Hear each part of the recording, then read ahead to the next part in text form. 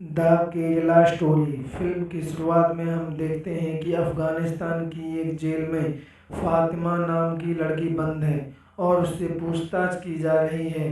उससे पूछा जाता है कि उसने आईएसआईएस कब और क्यों ज्वाइन किया। कि इसके बाद वह लड़की अपनी सारी कहानी सुनाने लगती है।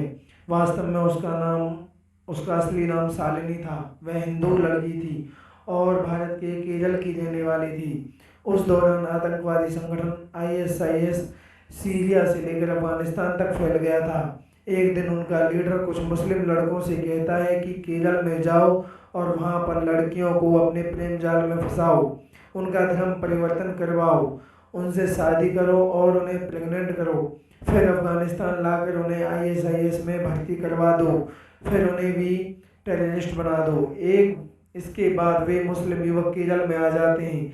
उनके साथ कुछ मुस्लिम लड़कियों को भी भेजा जाता है ताकि वे हिंदू लड़कियों को तरह तरह से ब्रेन वॉश करें। फिजा नाम की एक मुस्लिम लड़की शालिनी और उसकी सहेलियों से दोस्ती कर लेती है। वे नर्सिंग की पढ़ाई कर रही थी। फिजा उनसे कहती है कि सारी दुनिया को सिर्फ अल्लाह चलाता है, लेकिन शालिनी कहती है कि वह तो भगवान शिव पर विश्वास करती हैं। फिजा कहती है कि शिव कोई भगवान नहीं है, वह तो अपनी पत्नी सती के मारे जाने पर एक सामान्य पुरुष की तरह रो रहा था, वह भगवान कैसे हो सकता है। लेकिन शालिनी कहती है कि यह एक सिंबल मात्र है।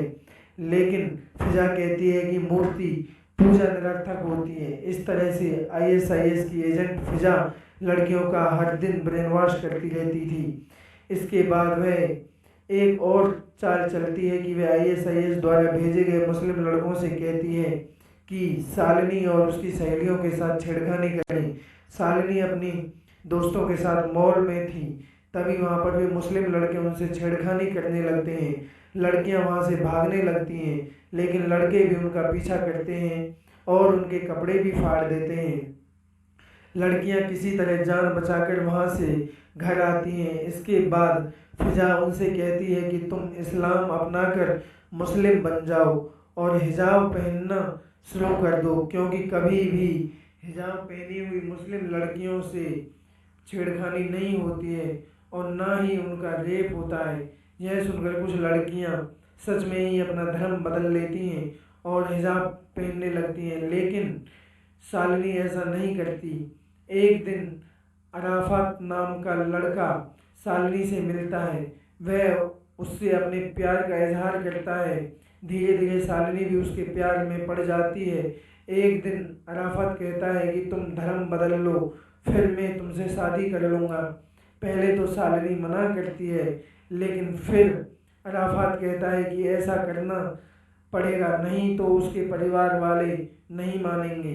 इसके बाद शालिनी मजबूर होकर इस्लाम अपना लेती है और हिजाब पहनने लगती है। अराफात उसका नाम फातिमा रख देता है और उससे निकाह कर लेता है, लेकिन शालिनी के घर वाले इस शादी के खिलाफ थे। वे उससे कहते हैं कि अराफात तुमसे सच्चा प्यार नहीं करता और सिर्फ लव जिहाद की वजह से ऐसा कर रहा है। वे कहते हैं कि वापस घर आ जाए, लेकिन शालिनी अराफात के प्यार में पागल थी। वह उनकी एक नहीं सुनती और अराफात के साथ दूसरे घर में चली जाती है। एक दिन अराफात शालिनी को अफ़गानिस्तान ले जाता है। वह उसे बताता है कि वह उससे प्यार नहीं करता और यह फिजा की ही चाल थी। उन दोनों ने उसे अपने जाल में फंसा लिया था। यह सुनकर शालिनी हैरान रह जाती है।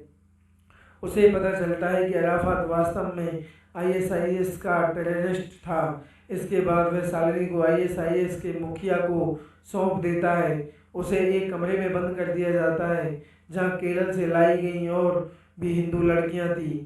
उन्हें भी ऐसे ही फंसाया गया था। एक दिन शालिनी को टेररिस्ट के साथ एक जगह भेजा जाता है जहां टेररिस्ट निर्दोष लोगों पर गोलियां चलाकर उन्हें मार देते हैं। इसके बाद शालिनी को भी लोगों पर गोली चलाने के लिए कहा जाता है, लेकिन वह मना कर देती है। इसके बाद आईएसआईएस के लोग उसके साथ मारपीट करते हैं और तरह तरह की यातना देते हैं। मजबूर होकर शालिनी भी आईएसआईएस की टेररिस्ट बनने के लिए तैयार हो जाती है। उन सब लड़कियों को ट्रेनिंग दी जाती है और एक दिन मिलिट्री पर हमला करने के लिए भेजा जाता है। दोनों तरफ से गोलीबारी होती है, लेकिन अंत में शालिनी पकड़ी जाती है। अफगानिस्तान की मिलिट्री ने गिरफ्तार करके जेल में डाल देती है और यहीं पर शालिनी अपनी कहानी ख़त्म करती है। इसके बाद फिल्म फिर से मौजूदा समय में आ जाती है।